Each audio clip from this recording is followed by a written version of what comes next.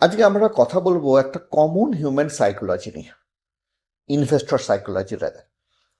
আমার চারপাশে যারা মানুষজন আছে না, যারা আমাকে বারবার ইনভেস্টমেন্ট সংক্রান্ত ব্যাপারে জিজ্ঞেস করেন, তাদের একটা খুব কমন প্রশ্ন, ভাই মার্কেট আজকে ডাউন হয়েছে, তাহলে কি আজকে বেশি টাকা লাগাবো? মার্কেট এখন উপরে আছে, তাহলে কি ইনভেস্টমেন্ট কদিন হোল্ড করে যাব? আমার বক্তব্য, never ever try to time the market. Market কখন হাই হবে আর কখন ডাউন হবে এটা কেউ বলতে পারে না। আমরা তো ইনভেস্টমেন্ট করছি ওভার দ্য পিরিয়ডের জন্য, লং টার্মের জন্য, 10 বছর, 20 বছর, 25 বছর।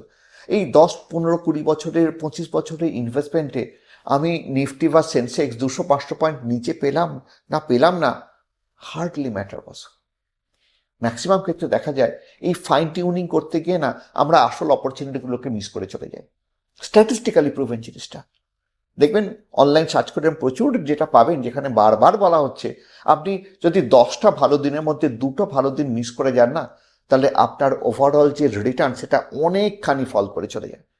প্রত্যেক কটা দিন আপনি যদি রিমেইন ইনভেস্টেড থাকেন without thinking about this market up and down, আপনার কিন্তু যে রিস্ক অ্যাডজাস্টেড রিটার্ন হয় সেটা কিন্তু আপনার ওই মার্কেট টাইমিংয়ের যে পরিশ্রম তার থেকে অনেক বেশি ওয়াইজ ডিসিশন।